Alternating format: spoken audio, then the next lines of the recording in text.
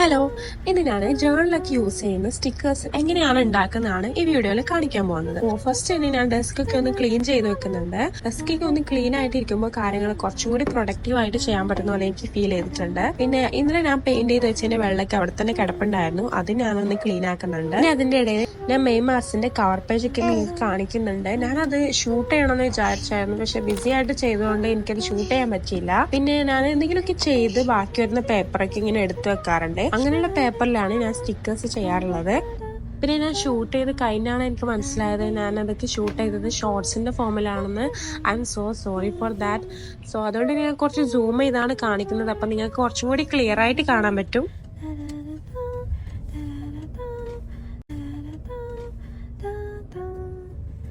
പിന്നെ ഞാൻ എന്താണ് വരയ്ക്കുന്നതെന്ന് പറയാം. ഞാൻ എൻ്റെ മനസ്സിൽ തോന്നുന്ന കാര്യങ്ങളാണ് വരയ്ക്കുന്നത്. ഞാൻ കൂടുതലും ഫ്ലവേഴ്സ്, സ്റ്റാർസ്, ഹേർട്സ് അങ്ങനെയൊക്കെയാണ് വരയ്ക്കാറുള്ളത്. കാരണം ഞാൻ അതൊക്കെയാണ് എൻ്റെ ജേർണലിൽ കൂടുതലായിട്ടും യൂസ് ചെയ്യുന്നതായിട്ട് എനിക്ക് ഫീൽ ചെയ്തിട്ടുള്ളത്. അപ്പോൾ എനിക്ക് ആവശ്യമുള്ളതൊക്കെയാണ് ഞാൻ വരയ്ക്കുന്നത്.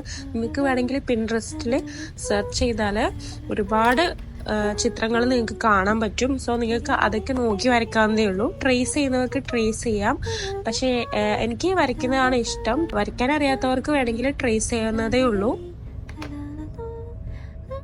പിന്നെ ഈ സ്റ്റിക്കേഴ്സ് ഒക്കെ നമുക്ക് വേണമെങ്കിൽ എളുപ്പത്തിൽ പ്രിന്റ് എടുത്തിട്ട് ഒട്ടിക്കാവുന്നതേ ഉള്ളൂ, അല്ലെങ്കിൽ നിങ്ങൾക്ക് വാങ്ങിച്ചിട്ട് യൂസ് ചെയ്യാം. പക്ഷേ എനിക്ക് ഹാൻഡ് മെയ്ഡ് ആയിട്ട് ചെയ്യുന്നതാണ് ഇഷ്ടം.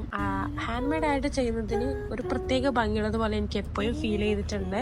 നമ്മൾ ഇതുപോലെ ഒരുപാട് കഷ്ടപ്പെട്ടൊക്കെ ഇത് ചെയ്യുന്നത് കാണുമ്പോൾ ഓരോരുത്തരെ ചോദിക്കും, നിങ്ങൾക്ക് എന്താ വട്ടാണോ എന്നൊക്കെ ചോദിക്കും. പക്ഷെ ഇത് ചെയ്യുന്നതിൻ്റെ ആ ഒരു പ്രോസസ്സും ആ ഒരു ഫീലൊക്കെ അത് ചെയ്തവർക്കേ മനസ്സിലാവും.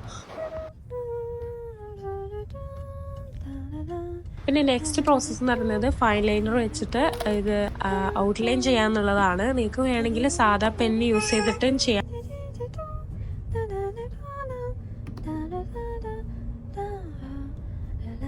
പിന്നെ ഞാൻ ഭയങ്കര അടുത്തടുത്തായിട്ടാണ് വരച്ചിട്ടുള്ളത്. നിങ്ങൾക്ക് കുറച്ച് ദൂരമൊക്കെ വരക്കാട്ടോ.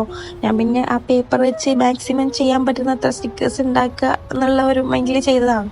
പിന്നെ നെക്സ്റ്റ് സ്റ്റെപ്പ് എന്ന് പറയുന്നത് പെയിന്റ് ചെയ്യലാണ്. പിന്നെ ഞാൻ വാട്ടർ കളർ വെച്ചിട്ടാണ് ചെയ്യുന്നത്. നിങ്ങൾക്ക് മാർക്കറോ കളർ പെൻസിലോ ഒക്കെ ചെയ്യാം. ഞാൻ ആദ്യമൊക്കെ കളർ പെൻസിൽ യൂസ് ചെയ്തിട്ടാണ് ചെയ്യാറുള്ളത്, പക്ഷെ ഇപ്പോൾ വാട്ടർ കളറാണ് എനിക്ക് കൂടുതൽ ഇഷ്ടം.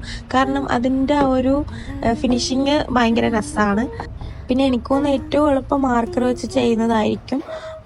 കളർ പെൻസിലാകുമ്പോൾ കുറേ ടൈം എടുക്കും. വാട്ടർ കളർ ആകുമ്പോൾ കുറച്ച് എളുപ്പമാണ്, പക്ഷെ അറിയുന്നവർക്കായിരിക്കും അത് കൂടുതൽ ഈസി ആയിട്ട് ചെയ്യാൻ പറ്റുക. ഞാൻ പിന്നെ ഒരു കളർ വെച്ച് ചെയ്യുമ്പോൾ തന്നെ ബാക്കി എവിടെയാണോ ആ കളർ ഉള്ളത് അതിനൊക്കെ ഫില്ല് ചെയ്ത് കൊടുക്കുന്നുണ്ട്. പിന്നെ ഞാൻ ഓരോന്നിനും പെയിന്റ് ചെയ്യുന്നത് കാണിച്ചാൽ അടുത്ത വർഷമാവും, അതുകൊണ്ട് ഞാൻ കുറേ ഭാഗം സ്കിപ്പ് ചെയ്തിട്ടുണ്ട്.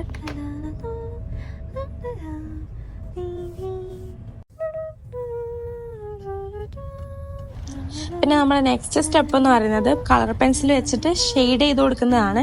ഇത് വേണമെങ്കിൽ ചെയ്താൽ മതി. എനിക്ക് ഇത് ചെയ്യാൻ ഇഷ്ടമുള്ള കാര്യമായിക്കൊണ്ടാണ് ഞാൻ ഇങ്ങനെയൊക്കെ ചെയ്യുന്നത്. നിങ്ങൾക്ക് വേണമെങ്കിൽ ഇത് സ്കിപ്പ് ചെയ്യാം കേട്ടോ. പിന്നെ യൂഷ്വലി ഇങ്ങനെ കളർ പെൻസിൽ കൊണ്ട് ഷെയ്ഡ് ചെയ്യുന്ന സമയത്ത് എനിക്ക് കുറച്ചും കൂടി നല്ല റിയലിസ്റ്റിക് ആയിട്ടൊക്കെ ഫീൽ ചെയ്യാറുണ്ട്, അതുകൊണ്ടാണ് ഞാൻ ചെയ്യുന്നത്. പിന്നെ അടുത്ത സ്റ്റെപ്പിൽ നമ്മൾ വൈറ്റ് ജെൽ പെൻ വെച്ചിട്ട് ഹൈലൈറ്റ് ചെയ്ത് കൊടുക്കുന്നുണ്ട്. ചില ഭാഗത്ത് മാത്രമേ ഇത് ചെയ്ത് കൊടുക്കാറുള്ളൂ. ഇതും കംപ്ലീറ്റ്ലി ഓപ്ഷണലാണ്, നിങ്ങൾക്ക് വേണമെങ്കിൽ ചെയ്താൽ മതി.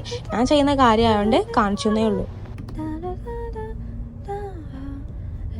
അപ്പൊ ഇതാണ് നമ്മുടെ ഫൈനൽ റിസൾട്ട്. നമ്മൾ ഇത്രയും കഷ്ടപ്പെട്ടതിന്റെ റിസൾട്ടാണിത്. ഇനി ഫൈനലായിട്ട് നമുക്ക് ഇതൊക്കെ കട്ട് ചെയ്തെടുക്കണം. കുറച്ചും കൂടി ടൈം എടുക്കുന്ന ഒരു പ്രോസസ്സാണിത്. ഞാനത് വളരെ എൻജോയ് ചെയ്തിട്ട് വളരെ മെല്ലെ ചെയ്യുന്ന ഒരു കാര്യമാണ്.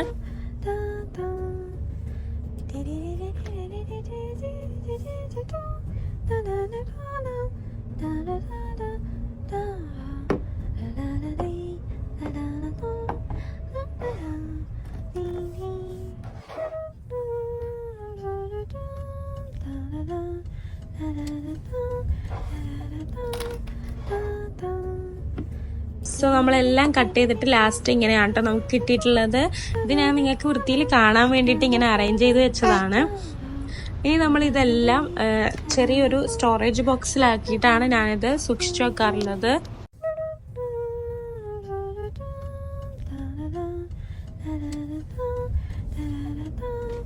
ഞാൻ യൂഷ്വലി കുറച്ച് വലിയ സ്റ്റിക്കർ വേറെയും കുറച്ച് മിനി ആയിട്ടുള്ള ടൈനി ആയിട്ടുള്ള സ്റ്റിക്കേഴ്സ് വേറെ ആയിട്ടാണ് സൂക്ഷിച്ച് വെക്കാറുള്ളത്. അതാകുമ്പോൾ നമുക്ക് ആവശ്യമുള്ള ടൈം ഈസി ആയിട്ട് എടുക്കാൻ പറ്റും.